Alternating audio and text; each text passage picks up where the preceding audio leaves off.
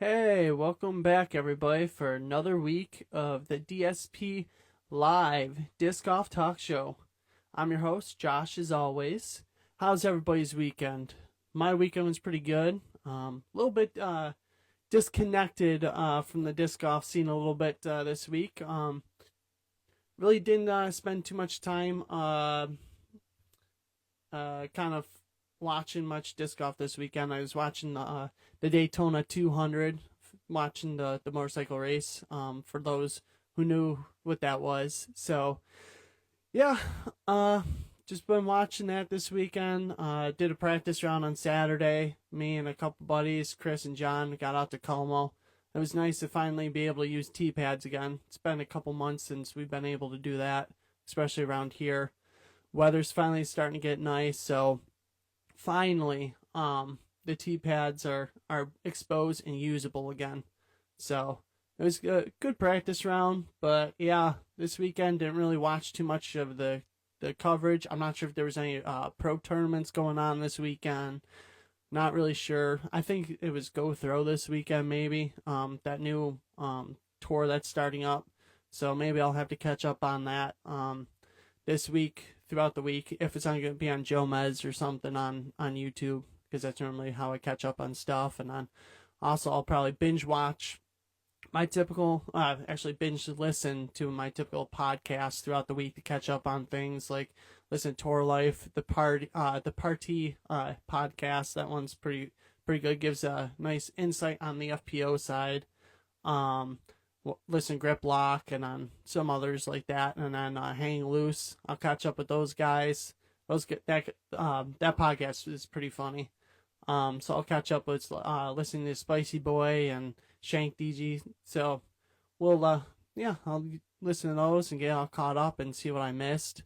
But yeah, the weather's getting good all over the place. Racing season starting, disc golf season starting all over the place. So that'll be pretty cool. Like always, like last week, I meant to say, this episode is brought to you by Backbone Disc Golf, Backbone USA. It's a disc golf company. Like I was saying last week, their customer service is phenomenal. So you guys remember, what was it, a couple weeks ago when Ricky Wysocki announced that he left Dynamic Disc? Yeah, that kind of got me a little bit nervous, because my main disc is the Saki Bound Felon. That's the one that I throw like all the time. Like 9 out of 10 times I'm going forehand. That's the disc I'm going to be going with. So when he announced that, I instantly was like, oh no. So I'm thinking to myself, if he leaves, they're probably going to be done with that mold. And that's the mold I throw the most. So I kind of reached out to Backbone. I'm like, hey, do you have any Saki Bomb Felons left in stock? Because once they're gone, they're gone. And he goes, yeah, I got a couple. I'll give them to you right away. So I paid them. And then like 2 days later, they were right at my front door. Opened up the package, and I was definitely pumped to get a nice inventory of the Felons. So I'm stocked pretty good for this season. But still waiting for Dynamic Disc to get back to me and to kind of tell me what they're going to do with that mold. Hopefully they're able to rename it or give it to somebody else, and then have that mold continue, because that's kind of my go-to disc. So if I run out, like if I lose them, like I do a lot of times, or I'll just leave them on the fairway sometimes, or I shank a shot and they're just gone. Well, yeah, I'll be kind of upset if I didn't have any more Felons to throw. So hopefully Dynamic Disc figures out what they're going to do with that mold, so I can keep that mold going in my bag. But yeah, if you guys have any needs, disc golf needs at all, definitely reach out to Backbone. They'll get you hooked up. Or you can go visit their shop out at 21339 N Union Street, Site 6 in Spencerport, New York. That's out by like Rochester area. Go check out their inventory. Phenomenal inventory. I'll be stopping out there in a couple weeks to go check things out. See if they have any more Felons for me, because like I said, I'm trying to stock up as much as I can. So just in case Dynamic Disc decides that, hey, we're not doing that run anymore because Ricky's no longer with us. So kind of sucks that he left, but hey, business is business, I guess. So anyways, so tonight's conversation, I want to know from you guys, is it better for AMs to be open bag and have all these choices of discs, or is it better for them to focus on one manufacturer where you only have a set number of discs to focus in on and kind of learn what is like and learn what is what discs work for you and how to actually throw the disc to its full capability. The way you can call in, there is a join button. You just hit that and it sends me a request, and then I'm able to see that. And then once I see that, I can hit that and then bring you in, and then you're able to comment, ask questions, whatever. So, and then after you're done with that, all I do is hit the X button and you go back to listening. So that way, if you're nervous about, oh man, I don't know how, I don't want to get stuck like on the show the whole time, don't worry, I can send you back to listening, so I'll be fine. And don't be nervous about calling in because everyone's nervous about it. It's fine. Don't worry. But definitely, I want to know from you guys what is better, because I'm still learning myself. We all know which way I went. I went with Trilogy. So, but yeah, I want to know from you guys, what do you guys think is best? What worked for you guys, and how you guys got to where you guys are with your decision in that. For me personally, I started disc golf about 3 years ago. I made the typical rookie mistake of, oh, I played sports before, as you can tell. I'm an athlete. This should be no problem for me. Throwing frisbees, easy, no problem. I'll be able to smoke everybody. So me being me, not knowing anything, I grabbed I think it was a Wraith and a Katana, just thinking, hey, I guess higher speeds means the faster they go. That's all I need. And I grabbed a putter, and then I remember it was some AVR mid, and my putter was some type of wizard. I remember that much. So when I first started, it was an open bag kind of ish, because I didn't know any better. But yeah, it was a rough couple first months, I would say, because I had to learn a lot. The Katana and the Wraith didn't fly as far. I thought 100 feet was phenomenal. Like, I thought 100 feet was great until I got to my first tournament that year. That was the Dying the Disc Open at Bonn. So that was pretty cool. Got to meet guys like Mike Kelsey, met Luke out there, met Santos. I met, I think Ethan was there. I can't remember. And then that's where I met Solly and a couple other guys. Jimmy, that's where I met Jimmy Ray. So that was a fun tournament, because I went into that tournament thinking, oh, I'll smoke everybody. Yeah, wasn't even the case. I think I ended that tournament plus 35 at the end of 2 rounds. It was very eye-opening. I had a lot to learn. So then after that, I went into my first off season, first winter. Didn't do anything with disc golf because I didn't know to do anything, didn't know to practice or anything. So then the first actual season came around, and I still had kind of an open bag. I just had some random discs that I just kind of grabbed off where did I get it from? Amazon. So I was just buying random stuff off Amazon, thinking, oh yeah, this should work. Yeah, that should work. My first actual season was pretty rough. Definitely did not go as well as I thought. Still had a lot to learn as far as throwing goes. Throwing form was terrible. Couldn't throw more than 100 feet. So it was a rough first season. And then I remember after the first full season, that in that off season, that's when I decided to really buckle down, learn what the disc, the numbers on disc mean, learn how I throw, what should, like, I just went on a whole information looped it. learned as much as I could. And from there, that's kind of where, that's kind of where I started building on my information and then starting to narrow it down to.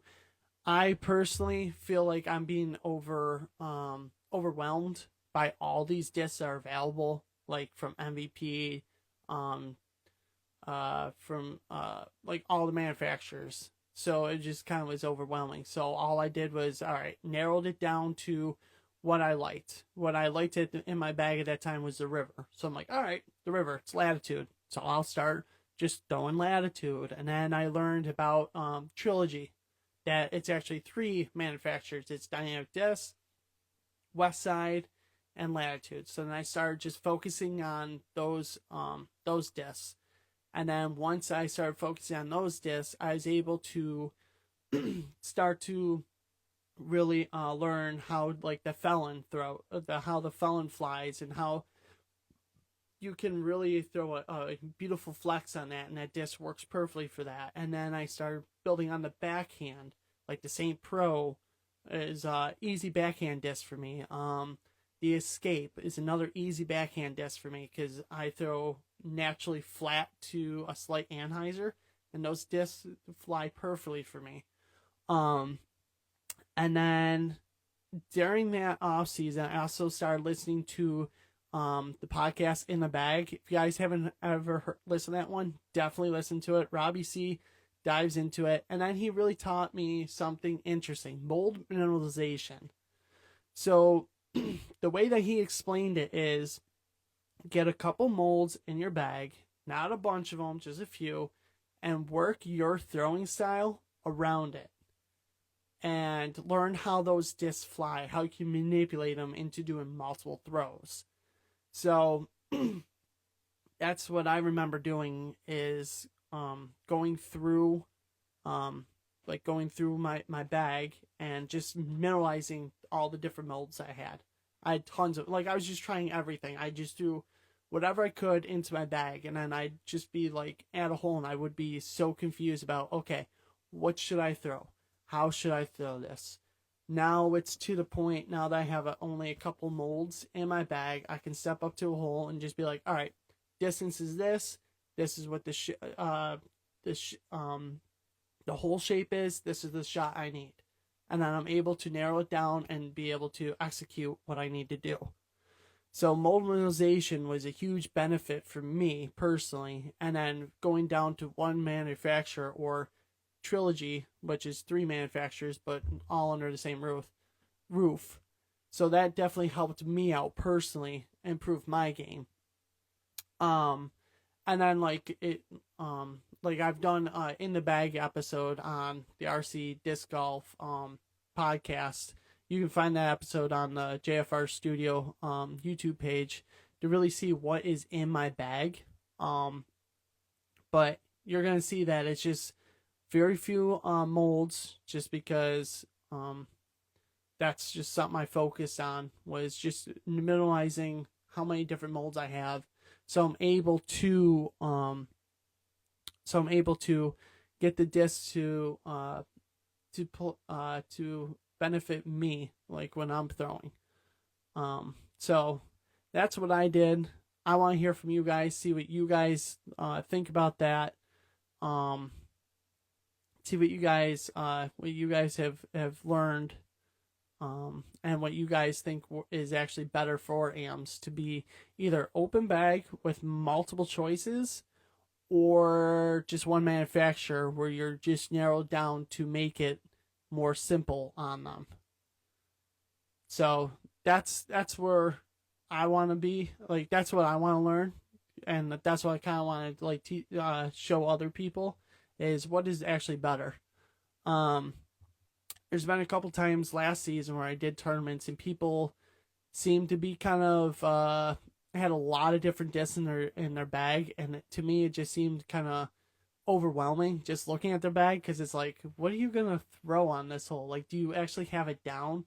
What about the shot? Because you got like 4 discs will do the same shot. So then wouldn't that be kind of overlapping in a little bit?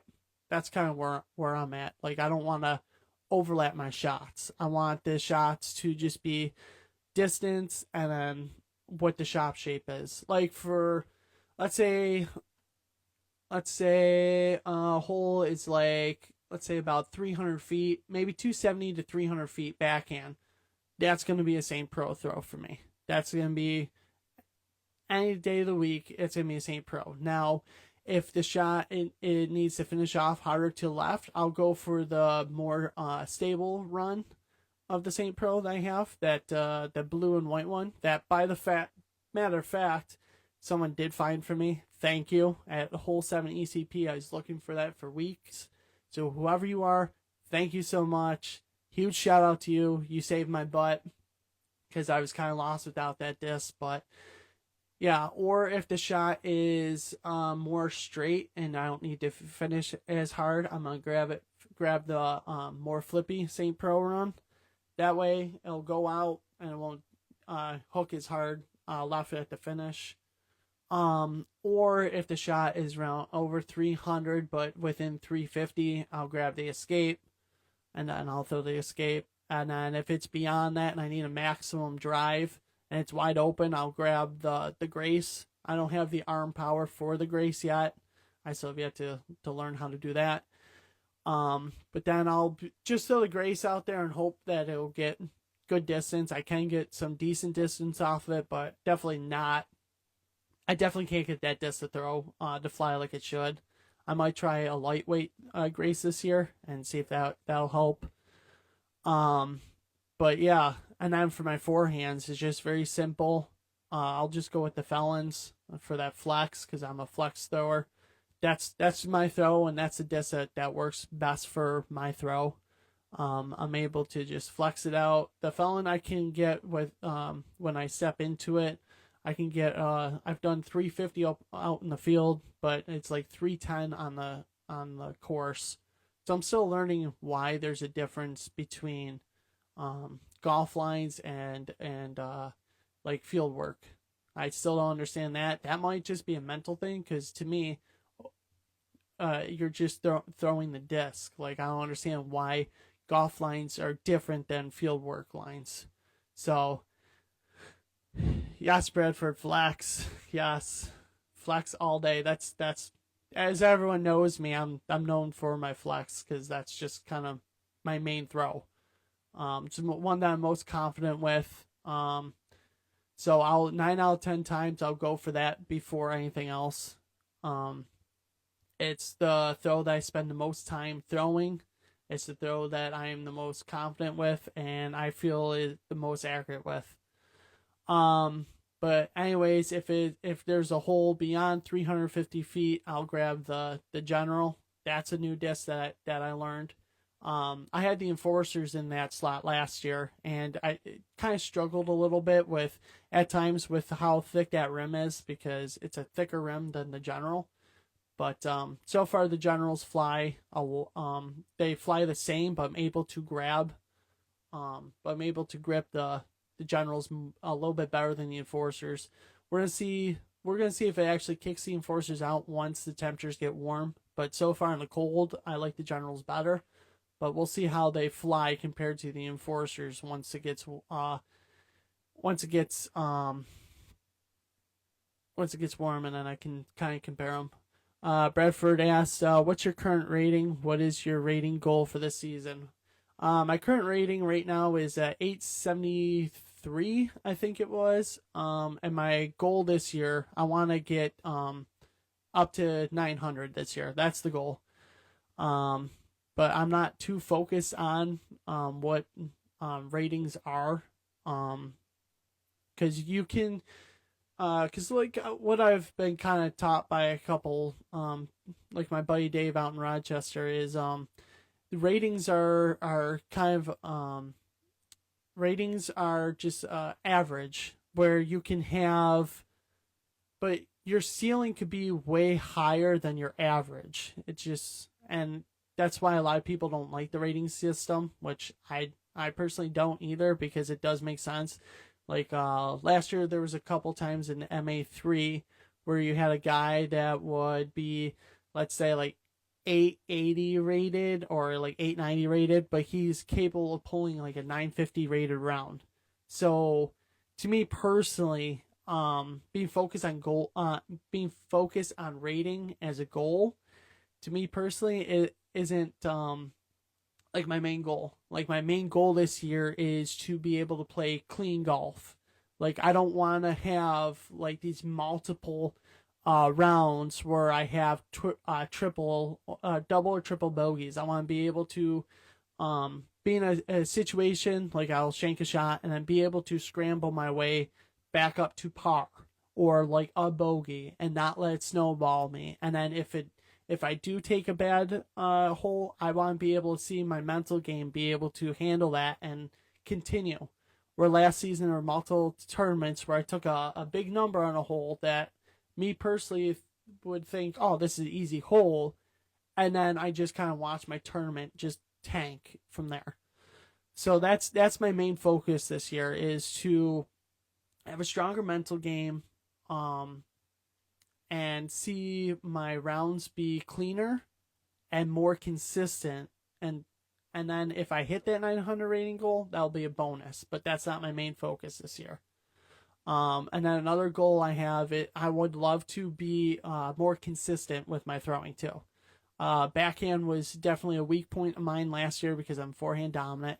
So this year I want to be more consistent and more confident with it, so that when situations do pop up where I can't use the forehand, I can confidently be like, all right, you know what? I can backhand this. I can get it there. So that's kind of another goal of mine, is be more consistent with my throws and be more confident when I can't use my main throw. But yeah, and I'm still constantly learning as much as I can. Like I'm constantly watching forum videos, just kind of been binge watching information as much as I can, trying to learn as much as I can to improve myself, and then also just trying to get better with doing more angles on discs. Like the felons work great for the flex, and then like I'm coming to find out the glories I had sitting on my rack for about 2 years, those are actually pretty good for hyzers, forehand hyzers, and you can also hyzer flip them. I started figuring out that I can do that too.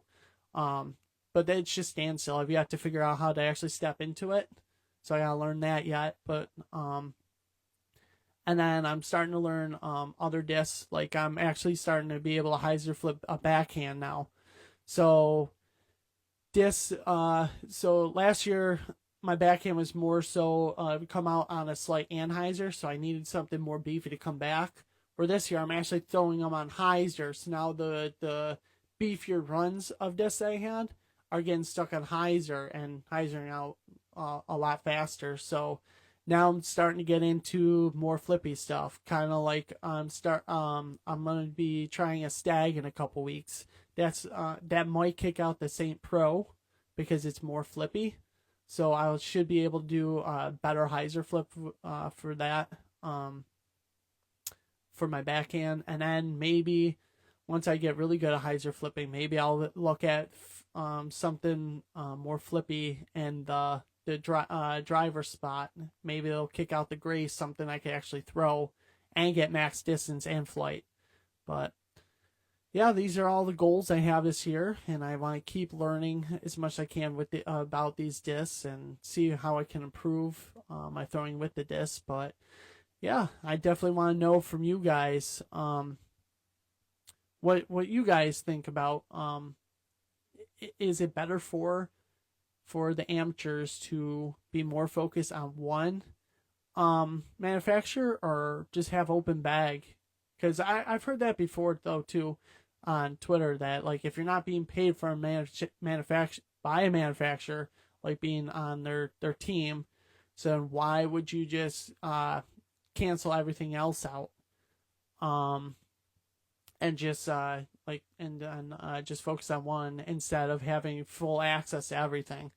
Or maybe you guys don't get overwhelmed by all the different discs like I do. So that's definitely something I want to know, if I'm the only one that gets overwhelmed with all the different choices out there.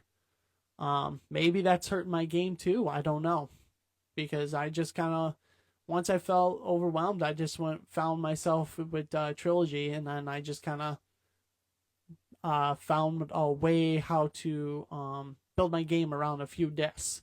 So I'm not sure if I'm holding myself back with that, or I'm actually ahead of the game by being able to do that. Definitely something I want to know. Definitely something I want to learn about. So, yeah. So we'll jump into announcements really quick here. We have a couple announcements here. The last day to register for veterans, for Vets Doubles, being ran by Backbone, is March 13th at 8 p.m. This is a doubles tournament that's going to be out at Big Guys. The weather's looking good for the 15th. That's when the tournament is.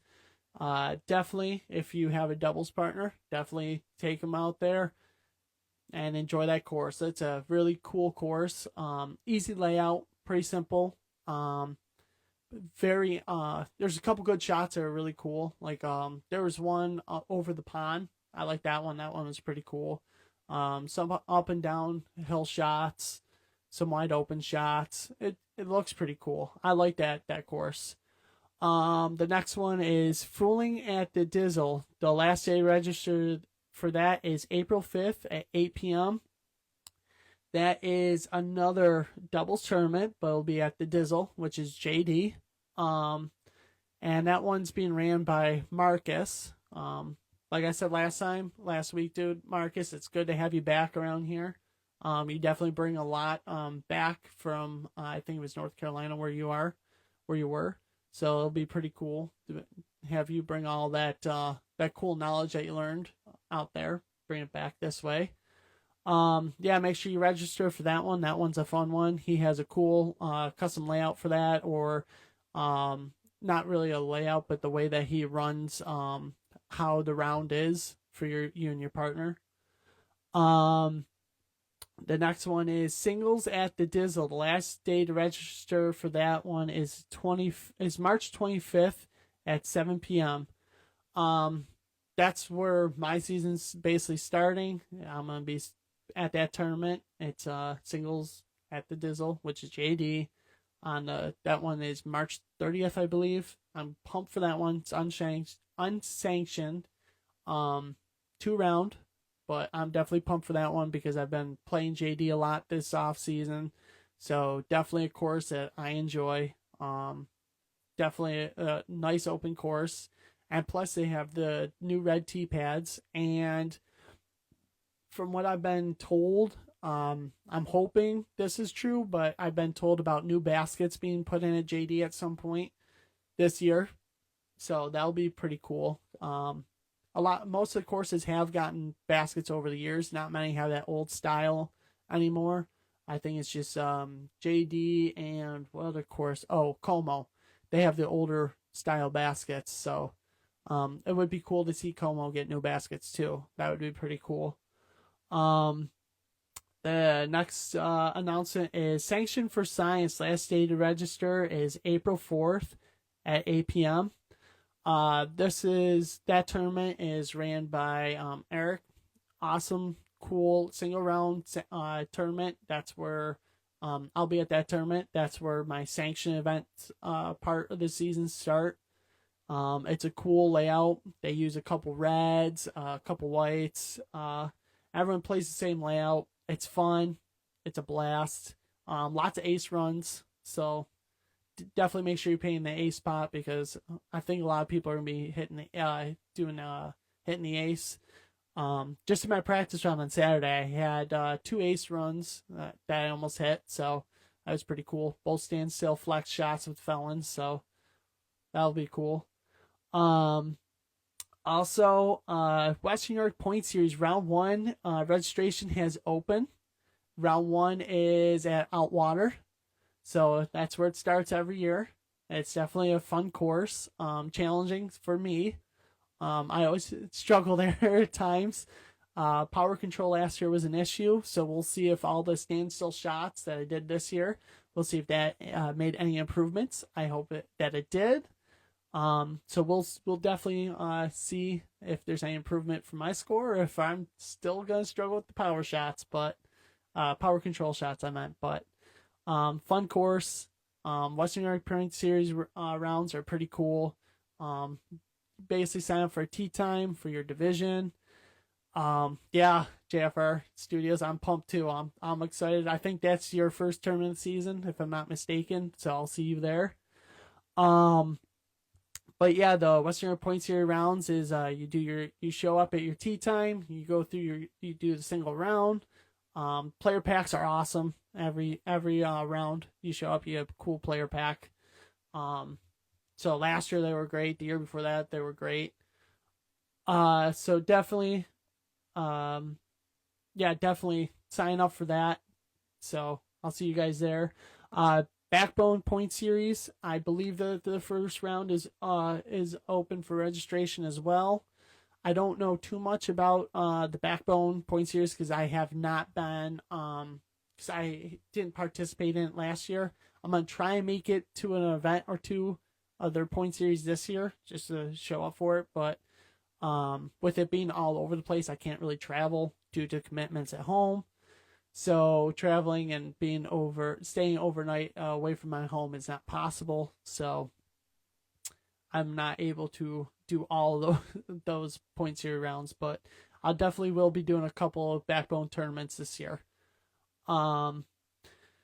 So, and then also, if you guys need more information, staying up to date on tournaments that are going on, definitely definitely go to the Disc Golf Scene website.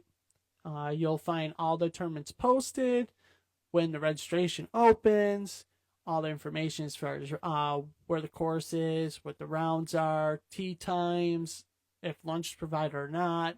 All that stuff will be provided for you there. Also keep an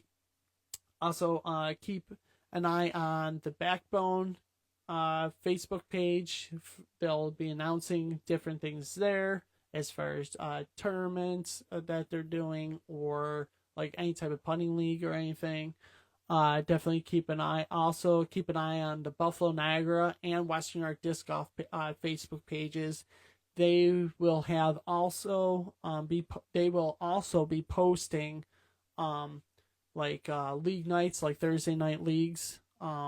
There's I think there's Monday night leagues, there's Tuesday night leagues, I think there's Wednesday during the season, and then I said Thursday already.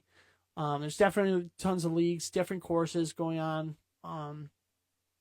throughout the summer, throughout the week. So definitely keep your eye on those Facebook pages. They will give you all the information that you need to know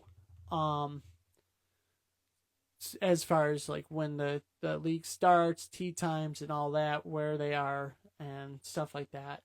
And then second to last announcement, there was a fundraising tournament up at Elka Creek today, ran by Trevor.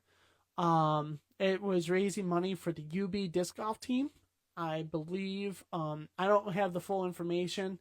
Reach out to Trevor, but on what they were fundraising money for, and reach out to Trevor if you want to add more. If you can find a way to donate more money to them for the UB disc golf team. But there was a tournament today there. I'm not sure I think it was a single round. I could be wrong. So forgive me if I am. But we had for the podium today for the general division, first place, Trevor, like always, tears it up at ECP, just like he does at Five Below. Like nobody can touch him at that course. Second place was Sherman, and then tied for third was Tim and Scott. For the ladies, it was first place Kim, second place Boo, and then third place Nikki. Good job, guys. Way to get out there. I hope the course was good. When I went there Thursday, it was kind of in rough shape, lots of water. So hopefully you guys stayed dry and were able to play really good. And then the last announcement, this one only because I was talking to her throughout the weekend, because she was posting pictures of her out of out of state tournament. So she was kind of posting pictures, and I kind of asked her because she was posting like throwing shots of her practice rounds. I asked her, "Hey, just out of state practicing like everyone else, or tournament?" She was at a tournament. But definitely want to give a huge shout out to Alicia taking down her first tournament of the season. Congratulations. I've always trying to get her on tonight so we could interview her, but she's on her way back home, so she's driving, so she's obviously not able to do the live interview. So maybe next week we'll be able to get her on here, because I definitely want to know what it's like competing outside of the state, and what it's like playing courses outside the state. So definitely, hopefully next week we'll have her on, and then she'll be able to answer all your guys' questions. And yeah, so congratulations to her on taking down the win for her first tournament. So yeah, that's the hope for next week. So hopefully you guys tune in next week, and then we'll have her on, and that's gonna be the main focus. And definitely, girls, if we have her on, I'll definitely post it throughout the week if she's gonna be on or not, because it'd be nice to have a bunch of women to tune in, and then they can ask her a bunch of questions, because I want to see the women's side of the sport grow, especially around here. It seemed to drop off a little bit last year. I definitely want to see more women involved. I think it would be really, really cool to see. But yeah, that's all I have for you guys tonight. Thank you for tuning in. Hopefully my information of what I came up with and how I came to it for my bag, and how I went down to one manufacturer and how it benefited me, and then listening to certain podcasts like In the Bag, where Robbie C's talked about multiple times mold minimization, how to just use a couple molds, and how to get it and get your throwing developed around a couple discs, and how it benefit you. So definitely yeah, so hopefully it helped you guys out. Definitely helped me out too. What's the breaking news? I'm seeing guys say big news and breaking news. What's the breaking news, guys? Did I miss something? Waiting for Buffalo Disc Golf Daddy to message in again. And then what's big news, guys? Hold on, hold tight. I'm seeing if there's big news or what's going on here. All right, well, they're not messaging back with any news. So tune in next week. I'll definitely, like I was saying, during the week, I'll definitely we have 2 new additions added onto our BDG as of today. What's the new additions? And what's RBDGT?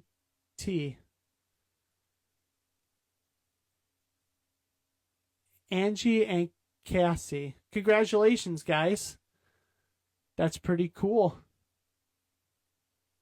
All right, that's pretty cool. You guys got added today. That's awesome. Nice job.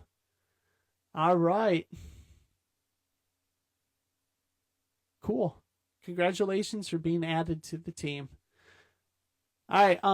So like I was saying, during the week I will reach out to Alicia, and if we can get if I can get her lined up for next week, I'll definitely drop a post in my story on my Instagram page, and then I'll let you guys know if she's locked in, and then hopefully we get a bunch of people to tune in and ask her as many questions as you guys want, and definitely a lot of ladies, because I want to see a lot of the girls grow. So tune in next week. I'll let you guys know. So I'll see you guys all next week. See ya.